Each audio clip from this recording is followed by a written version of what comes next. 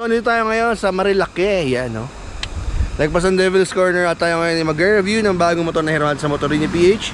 At ito nga ang Motorini Zeisbetcho, tama ba?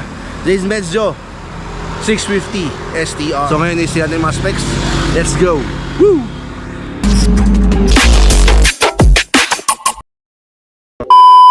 Hey guys, ang Motorini Zeisbetcho 650 nga pala is merong 650cc, inline 2, liquid cooled engine, 4-stroke, dual overhead cam, 8 valves. Ito nga pala yung pogi niyang makina, oh, napakalinis tignan. 6-speed, fuel injected nga rin mo na ito. Taglalaro sa 22 to 25 km per liter. Pwede na. Sa harap, meron siyang dual disc brake at grabe, ABS, Brembo calipers na. Sa likod naman, single disc brake pero Brembo calipers rin at ABS. Meron siyang seat height na 785mm, kaya kahit ako 5'8", is kaya ko itukod yung dalawang pa ako na naka-tiptoe. Naka-inverted telescopic fork na 120 meter travel, tapos fully adjustable preloaded. Ayan, no? Meron siyang bigat na 215 kilos. Fuel tank capacity, meron siyang 15.5 liters. Meron na nga rin pala siya napakagandang 5 inches TFT display dito. Sobrang lupet. Yung susian niya, dito nga pala nakapwesto sa may bandang tangke. Rear monoshock.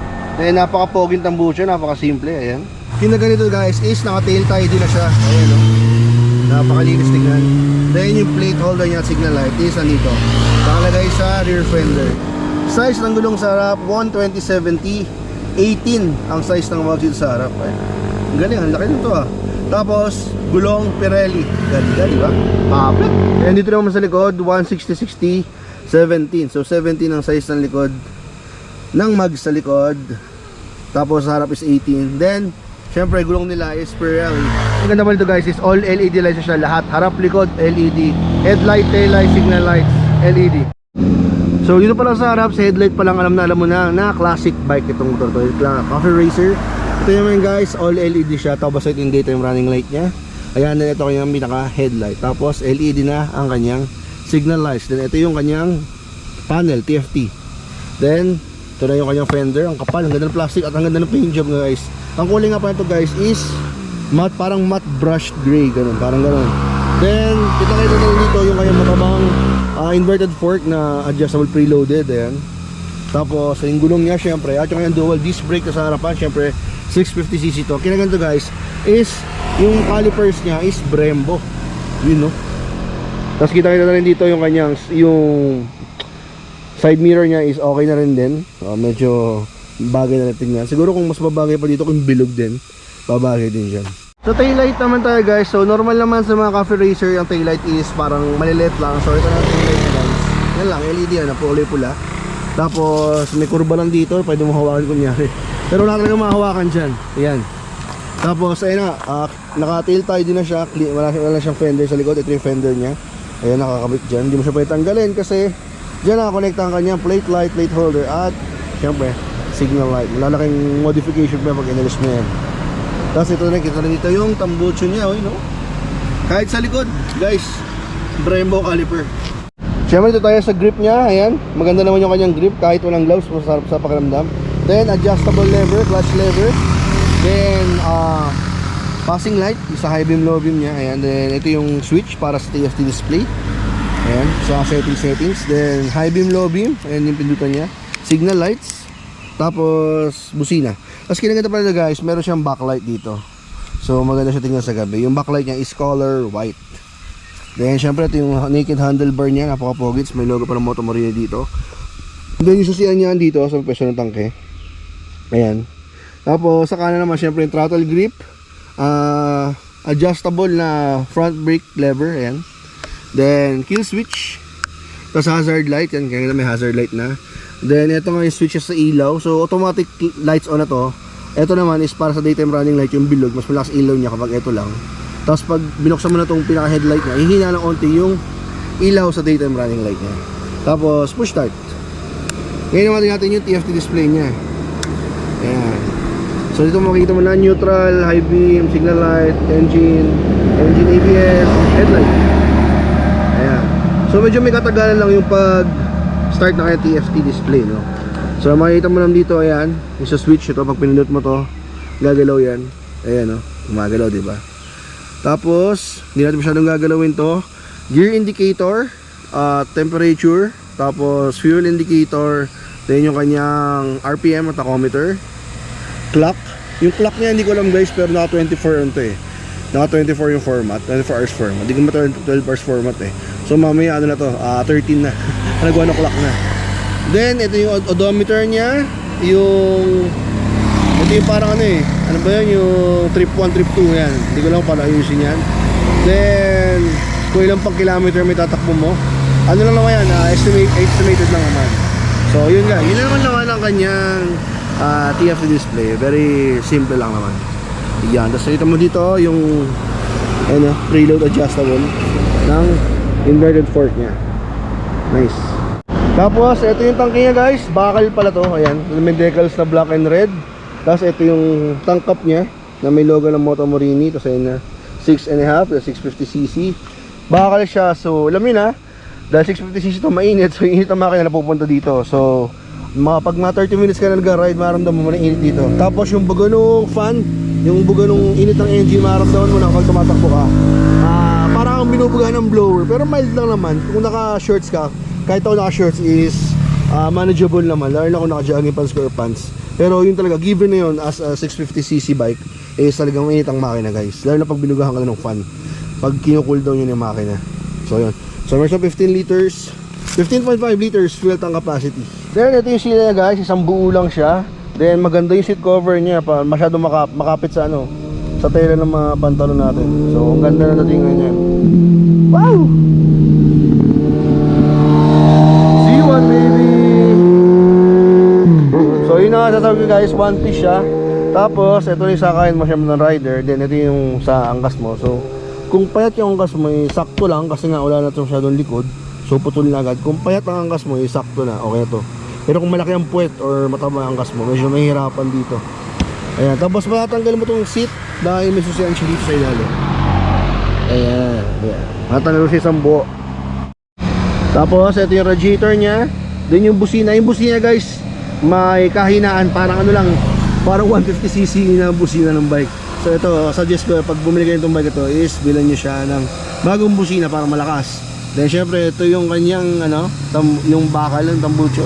Ayan, inline 2 nga. Kaya kita naman. Auto sensor nya, andyan na. Ayan, so ito syempre yung makina 650cc 6 speed. Grabe, sobrang lupit. At syempre kitang kita dito yung chassis na yung frame nya. Ayan, bilog, tubular frame. Ayan. Ganda. So ito nagpapamacho, nagpapagwapo sa mga naked bike. Lalo na kung iba ang kulay ng kanyang chassis. Syempre ito kanyang foot brake, yung tapakan ni rider, tapakan ni angkas. Then yung rear monoshock, ayan. So ito na yung gulong 160 lapad. Then tire hugger, ayan na siya. So yun naman yung likod nya guys. Then syempre chain and sprocket, tapakan ni angkas, tapakan ni rider. Then shifter 6 speed. And then syempre ito pa yung engine natin, napakalaki, kitang kita. Tapos meron dito, ito plastic lang to. Ayan, nakalagay yung 6.5 or 650cc. So yun, ito ang kabuuan ni Moto Morini Sis Medio 650. At ang SRP nga pa ng bike ito is worth 528,000 pesos. Available sa Moto Morini PH sa Caloocan. Doon lang yan sa 10th Avenue o tabi ng Casco Market. So ngayon guys is ito na, nakasakay tayo sa motor. Hindi natin ito unang sakay. So medyo matagal natin nagamit. Malayo na rin nagamit natin. So ito ang itsura pag nakasakay ka sa Sis Medio 650 ni Moto Morini. Ayan, ito ang tulog ng inline 2 nya habang naka stock pipe. Match na rin tignan, pakinggan. So ngayon, mababa tayo sa manukan para magpapitik pa. Kumaya na doon. Ayan, didiscuss ko sa inyo yung performance itong si Sis Medio 650. So yun natin may bababa yung visor ko. So pasensya na kung medyo magkakaroon ng wind noise na konti. At hinihina ko yung boses ko dahil hindi ko sure yung mic ko kung magiging sabog ba or what. Ayan. So given the power sa mabilisan is goods to. Lalo sa bankingan. Ayan o. Dahil nga ang stock tire nya is Pirelli. Just ko imagine mo stock tire ng big bike mo Pirelli, di ba? So may mga namimitik pa rin pala dito. Kala ko nagsiuwian na kasi lunch time na eh. Wala na masyadong tao. Ako na lang dito at natitira. So yun, sobrang kapit niya. Tapos 300S na rin ah. So kanina binebenging ko paakyat. Mamaya papakita ko sa inyo kung bakit napakasarap. So yun, sa power, wala akong masabi. Sobrang lakas siya kahit stock pa siya. Sobrang lupit tong motor na to. At ayun na nga, ang dami pa namimitik. So mapipitikin mo tayo habang nagpo-vlog. Ipapahila sa iyo paano ko i-backing ng motor to. Then ayan, tayo sa Manukan. Ang dami pa rin tambay ng mga bikers, riders, and mga big bike, small bike, displacement. Ayan, ito yung talaga ng Manukan sa Marilaki. So minsan tambay, pwede ka kumain dyan. Ayan, hindi ba? May mga nagpipicture-picturean pa nga. Then balik na tayo sa taas. Una torque. Yung torque niya, ang lakas talaga. Hindi ka mabibitin. Oh, ibibigay niya talaga sa'yo. Sobrang lupit ng motor to. So yun pa nga, shoutout sa mga maniniyot dyan. Shoutout.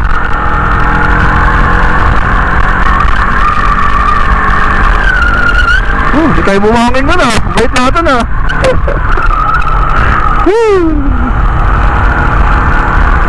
Ayun tayo guys, kasabi yung mga motor na to. Kasi nga talagang tiwala ka sa gulong niya. Dahil Pirelli, sobrang lupit kaya ng Pirelli. Ayun. Tapos yung seat niya is parang nagdadrive ng Ninja 650. Ang kanyang style is parang sport touring. Medyo nakayungo ka kasi malayo yung silya sa manibela. Pero ako kasi medyo mahaba naman yung braso, kaya saktuhan lang. Pero pag nasa top speed ka, kailangan is medyo nakayuko ka na. Medyo nakasubsub ka eh, no? Kaya medyo sporty pa rin siya tingala na pag ginagamit mo. Hindi kayo parang naka-straight talaga na parang classic bike lang. Kasi may pagkababa rin yung handlebar niya sa malayo sa silya. Kaya kung maliit kang tao, talaga nakasubsub ka dito. Tapos yung TFT niya, kahit ito, tanghaling tapat na, is maliwanag pa rin. Hi sir, may HPG na, maliwanag pa din, diba? So yung kinaganda dito, ayan, may mga HPG na kahit tanghali. Kinabahan.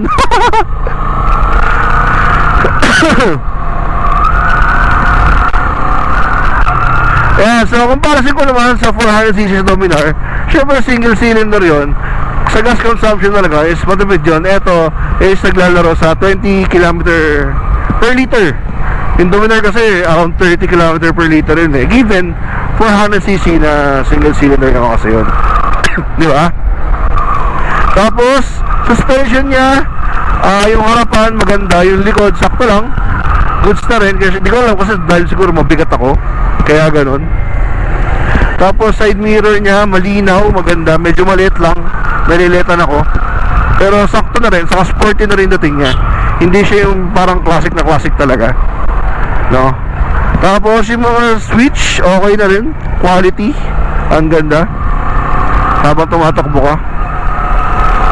Ayun, sabi banging oh. Woo! Then full tank nito around 500 kapag ang price ng gasolina mo is nasa 55. Sa amin kasi 55 lang eh, sorry. Tapos yun nga yung heat naman, heat issue, siyempre given 650cc. Dito sa hita ko, mainit na siya mga gantong panahon. Pero kaya pala given ang mga big bike talaga is dapat mabilis ang takbo. Kasi nga mabilis mag-init ang makina. Kaya dapat mabilis ang takbo mo. Tapos yung bugol ng hangin, ayun nga, parang below blower sa binte. Ganun siya. Wow, wala masyadong kumuti ngayon oh. Dito yung portal guys, marami na aksidente. Pag mga hindi pa sanay bumangking, nag-overshoot. Kasi nag-target fixation siya pag nakadiretso yung tingin mo. Kaya dapat pag bubabangking ka, tisundan mo yung linya.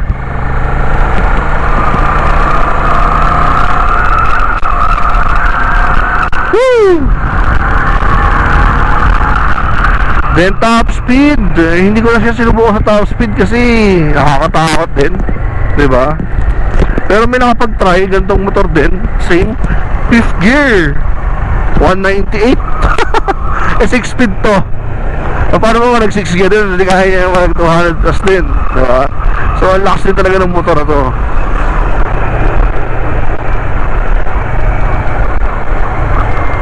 Ganda, magandang motor na wala masabi guys. Quality.